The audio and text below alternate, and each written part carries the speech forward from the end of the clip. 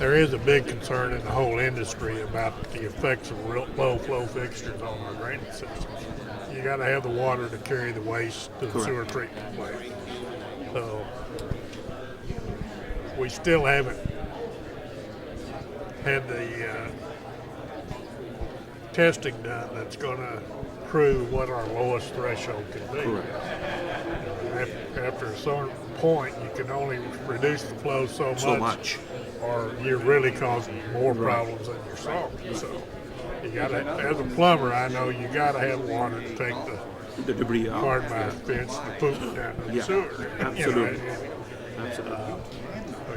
What about on the utility side, when it leaves the building? You know, when you get into bigger pipelines carrying it to whatever municipality it's going to. What's been done on that end? I mean, we haven't really worked on that yet. Our focus initially was to look at it from consumer standpoint, and while we were trying to be sustainable, we were also trying to be functional. And so focus was make sink to the wall where the municipal line comes in, make that clog free. I think one point, John, I would like to make to what you just said, and it I think links to yours too. The traditional drains, when they get clogged, what do? We use chemical or plunger or whatever, but where does that clog go? It goes down the line, broken down. I mean, it's broken, but it's still going down the line. And when it goes down the line, now that clog, because it is larger chunks and lumps of debris, there is a larger possibility for it to attract more debris and become a larger clog, and therefore need more water to displace. Whereas with these two simple devices, if there is no buildup at all, if there is no clog at all, because you're able to see it, you're able to swipe it, and so it's just flowing like a regular debris.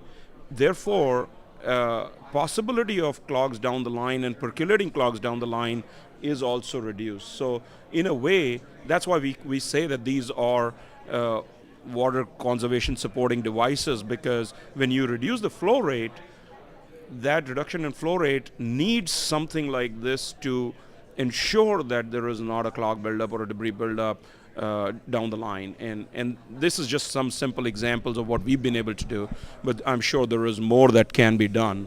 And that's what we would really like to see in some form, supported by WaterSense or LEED, for that matter.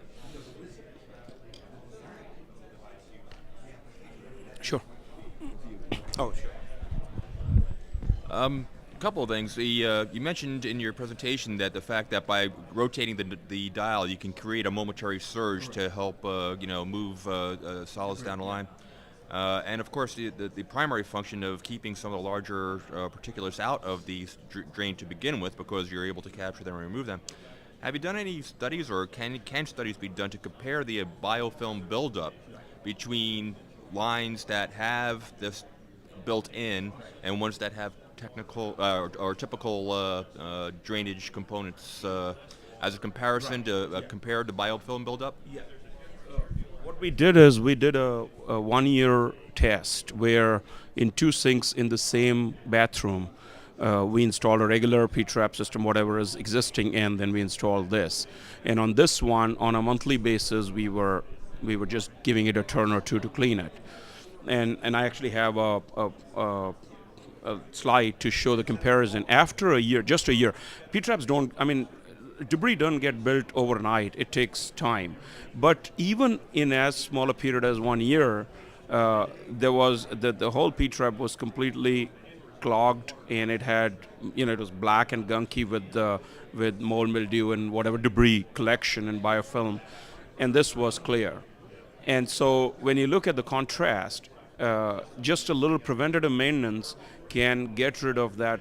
And that's the key point, that if we can get rid of that debris buildup in the first place, then you don't have to break it, and then you don't have to propel it down, and therefore there is reduced possibility of problems down the line. Now there might still be some hang-ups here or there, but it's going to reduce it significantly. Sure.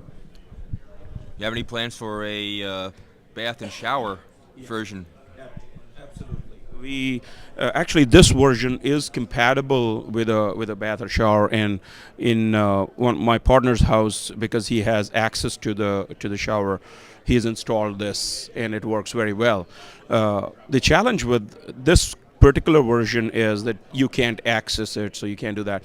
But this feature of being able to create turbulence and propel it out automatically is itself superior to a regular P-trap design. So we are going to launch a version which won't be clear. We won't need to be clear, and which won't have this dial, but it'll still have the same profile for the debris to flow smoother and faster. So that's one version that we are trying to launch. We also are working on a version which will be this same version, but with a electronic control, and that way you can install it in a shower or bathtub, and the control would be outside like your jacuzzi button, and you just push button and it'll just go ahead and clean it up, and you're done. So we are also working on that one too. I really appreciate your time and feedback. Thank you. Very good. Appreciate it. Thank you, sir.